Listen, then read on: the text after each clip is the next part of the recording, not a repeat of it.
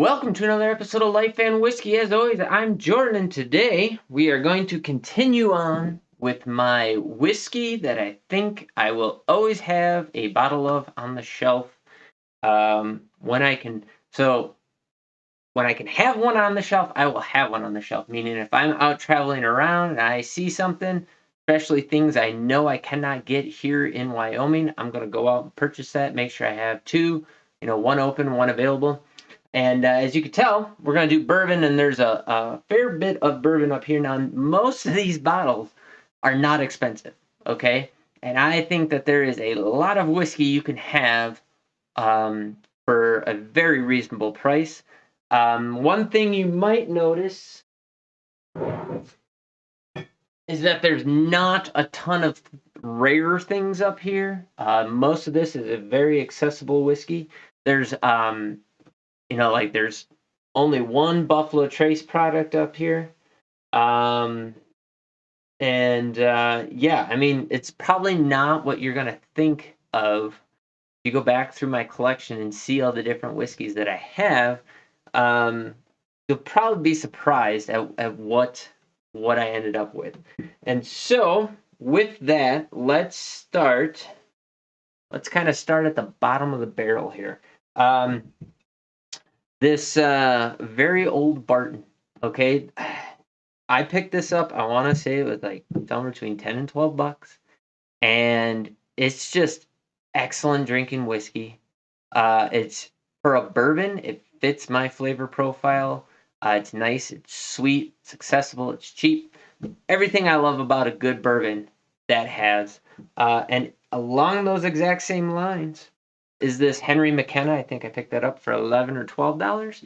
Now the Henry McKenna 10 that I have, I think I kind of got burned on a little bit. A lot of people rave about it. I was hunting for it. And I think the people who rave about it got some honey barrels because it's a single barrel product. It is good. It is not mind-blowing or great, and it's definitely not worth $75, which is what I paid for it. I'm sure people get it between $50, $75, $80. Not worth anywhere near that price. Yes, it's a 10-year product, but I got other aged whiskeys that are nowhere near that expensive that taste way, way, way better. And to be honest with you, just this standard Henry McKenna that you can pick up almost anywhere. Yes, it's 40 proof, but it is excellent. I wouldn't feel bad if somebody were putting these whiskeys over the rocks or using it as a mixer or, just enjoying it however they want to enjoy it. But as a neat pour, these stand by themselves just fine. I enjoy them, and I definitely enjoy them at the price point that they're at. Tucked in with that, if you watch recently my review of JTS Brown, the bottled and bond in particular is far superior to the regular JTS Brown 80 proof. I love the JTS Brown 80 proof, but I will always have a bottled and bond on hand if possible, especially for $17. I mean, that's just a ridiculous price for a great 100 proof whiskey. No faults. Nothing bad to say about that. One that I think I might have mentioned earlier, like not earlier, but in the last 20 videos that I went back to recently that kind of sparked some interest is the Yellowstone bourbon. Now, with the Yellowstone TV or Netflix series or whatever, whoever owns it, Paramount, I don't even know. But with the Netflix series and all, or the Yellowstone series and whatever, I'm sure that this is becoming more popular, but I can still find it on a shelf absolutely anywhere. I want to say it's like $23 or $32. I don't remember which one. 93 proof. It is an excellent whiskey. It's nice and sweet. It's a great bourbon. I highly suggest that you go out and give it a try if you haven't already. It's at a price point you can afford. And I would say pick this up before you start hunting Buffalo Trace, especially if it's expensive in your area. Like I can pick up Buffalo Trace for $20 all day, every day where I'm at. And Buffalo Trace is fine. I would say that's like the bottom of the barrel of like good variety of whiskey. Like it just doesn't. It's nothing. There's no faults with it. It's not bad. Whatever. It's not worth the hype, and it's not worth more than $20 in my mind. This is better. It has more depth of flavor. It has more of the sweet notes in the right spots in the flavor palette. Um, I just really enjoy this, and I found it. I found this bottle the other day, kind of under the counter here, and I was like, "Oh, I'm going to try that." And I was kind of like, "Whoa, I need to be drinking more of that."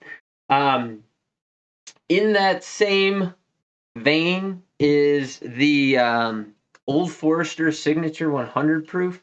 Again, the price when I picked this bottle up, it was $18. I think they're now sitting at like 22 or yeah, somewhere around $22 here locally. Again, 100 proof whiskey.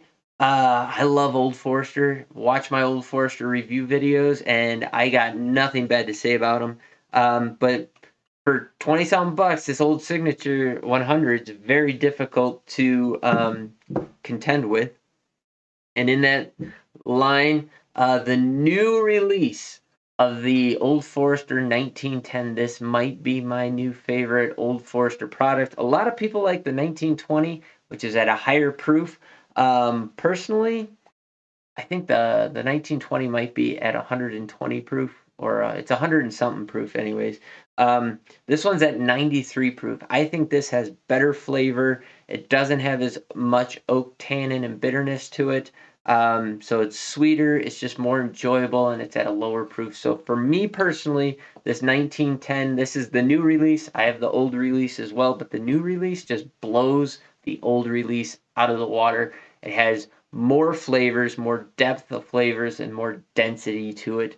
Um, so the dark blue uh, seal and the much cleaner label look to it, where the old one had the old fine whiskey printed over the top of the little blurb down below. This cleaner label is the one you want to be looking for. So the 1910. Those are kind of that one's not so cheap, right? So now we're kind of bumping up in price just slightly. That one, the 1910, I want to say is like $54 to $64. But everything else up here, like these guys are all under $35.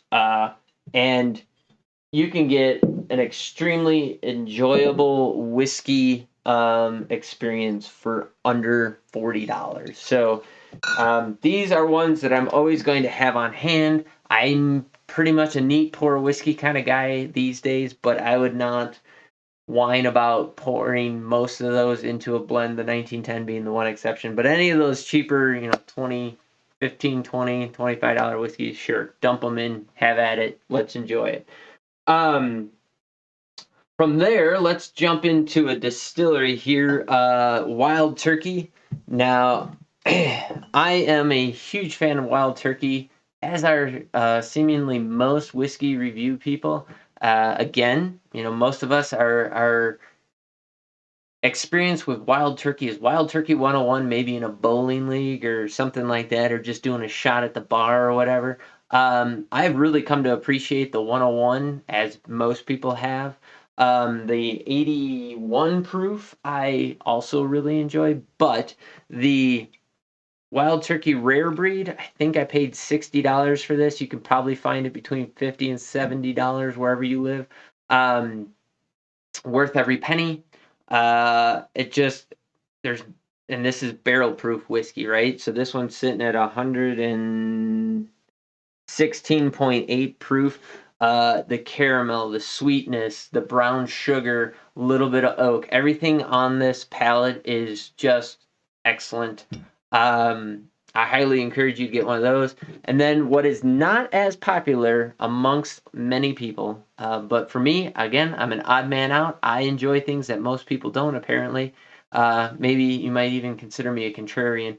But the Matthew McConaughey, I don't know if it's inspired or at least he helped develop it or whatever. Whatever part or hand he had in it, the Long Branch. It has Texas mesquite charcoal refined.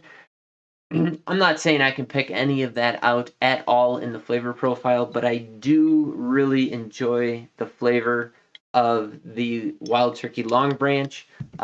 It's a reasonable price. I want to say I could get it for like $40, somewhere in there. Again, don't quote me on that. You might want to refer back to my Wild Turkey Long Branch video. I'll tell you what the price is there.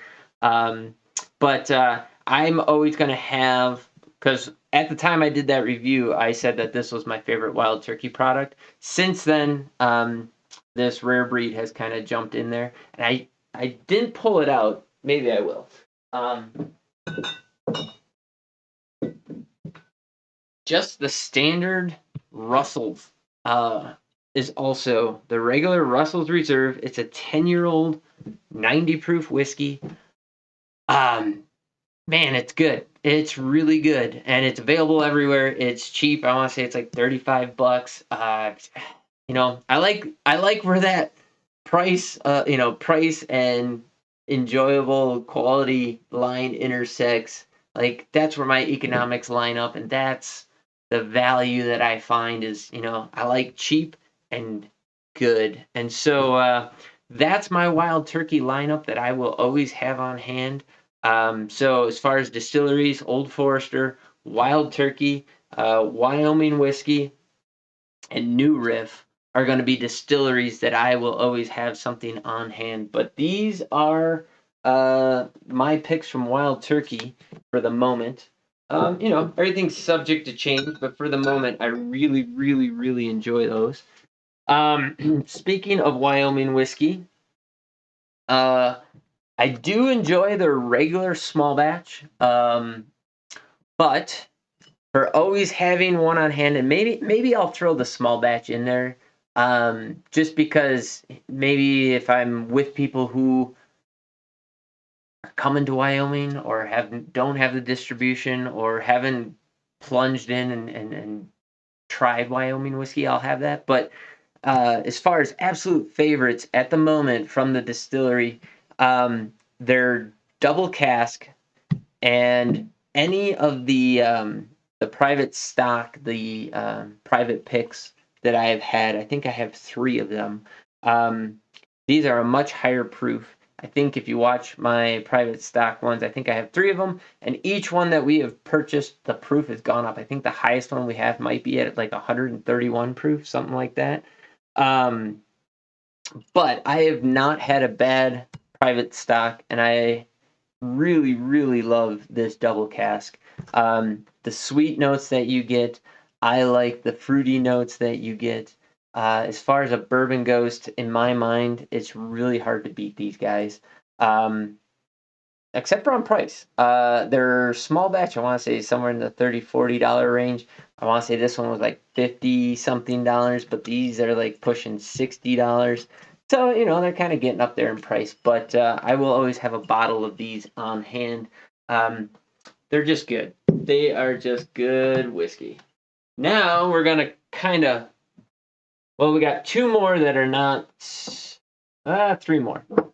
Well, I was going to say that aren't so pricey. So these are not pricey depending on where you live and the hype that you have around them. So Woodford Reserve Double Oaked.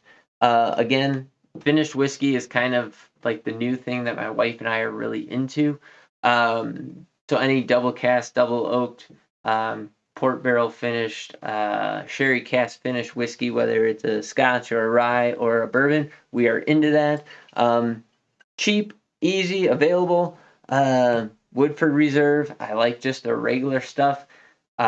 Just regular Woodford Reserve seems to have a nice depth of flavor to it, a good brown sugar in there that I really enjoy, and this double oak just kind of bumps up all those notes, and I love it. I will always have one of these on hand. I'm running out of room to put stuff over here. Next, again, cheap, easy, delicious, another finished whiskey, Angel's Envy. If you've never had it, I want to say this is like $35, $45, something like that. This is their port. So technically this isn't bourbon, but it's Kentucky straight bourbon whiskey finished in port wine barrels. So anytime you have a finished thing, it no longer is just a bourbon or whatever. That's the legal category. But Angel's Envy, it's just super enjoyable. It's good. It's sweet. It's delicious. Cheap. Um, I will have a bottle of that on hand. New Riff. New Riff is one of my new favorite distilleries. They're not new, but new to me. But they're single barrel. This single barrel has been absolutely flawless and delicious. With a single barrel, you do run the risk that you don't, not every barrel is going to be delicious. But man, the New Riff, I've only had this and then they're bottled and bond. I'm looking forward to getting a bottle of their rye. In fact, they have a malted rye, I think, something like that. That's on my hunting list that I'm looking for. But New Riff, I will have a bottle. If I can get the single barrel, I will have a single barrel on hand at all times. Just good. And now for two that are kind of controversial. The Remus Repeal Batch 5. Because they do a batch and it's a batch release every year. When it's gone, it's gone. The 5 is good, the best in my opinion. The 6 is really good, but not as good as the 5. And then I have a 2, and the 2 is good. But when you're talking, these are 100. I paid $109 for this. I paid $103 for the 2, and then the 6 I paid $109. I paid $120 for this one. It's a lot of money. They're hard to find, at least for me.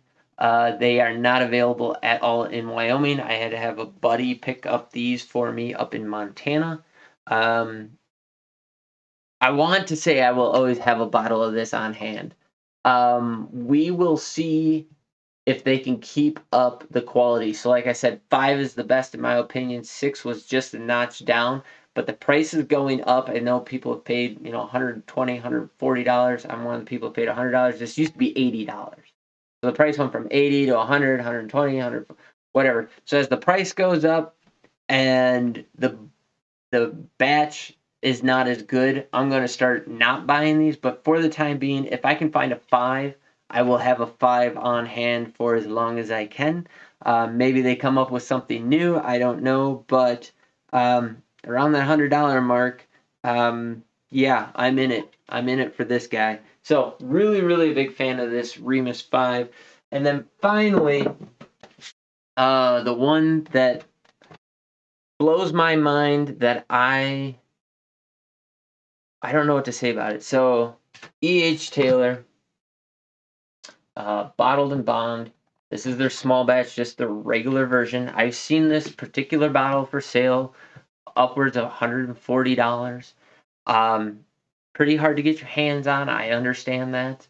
Locally, I paid, it was either $37 or $47 for this. I don't remember, but it was, whatever retail is. It wasn't marked up or anything like that.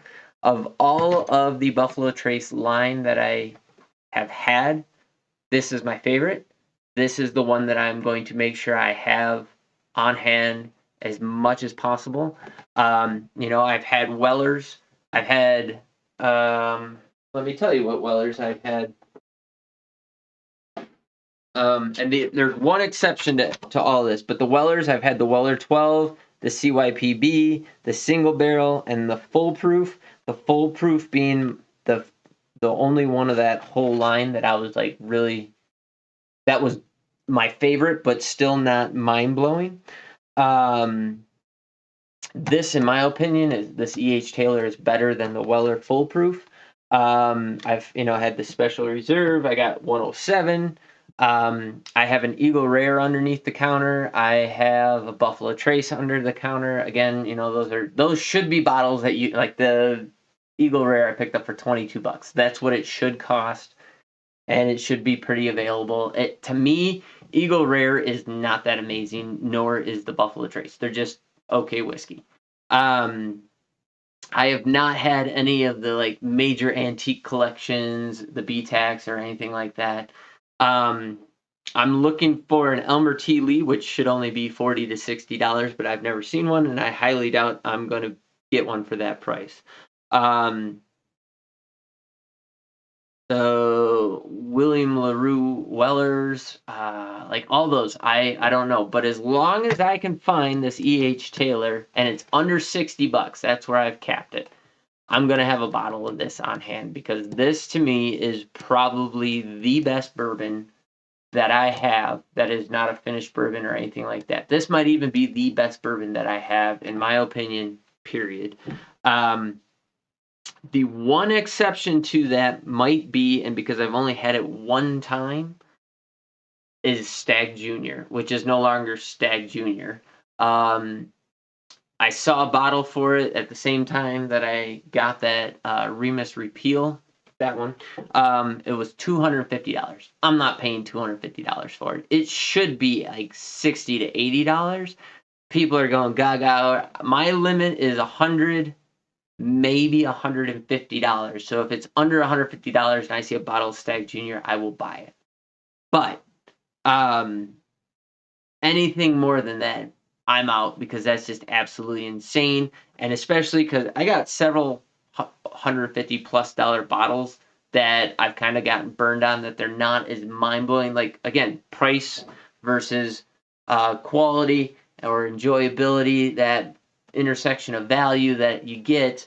There's just so much better stuff for cheap that if you're going to be commanding $150+ price point, it better be the most orgasmic drink of liquor I've ever had. And that's just not what I've found. Now, there are some that are really, really good. This Remus, other things.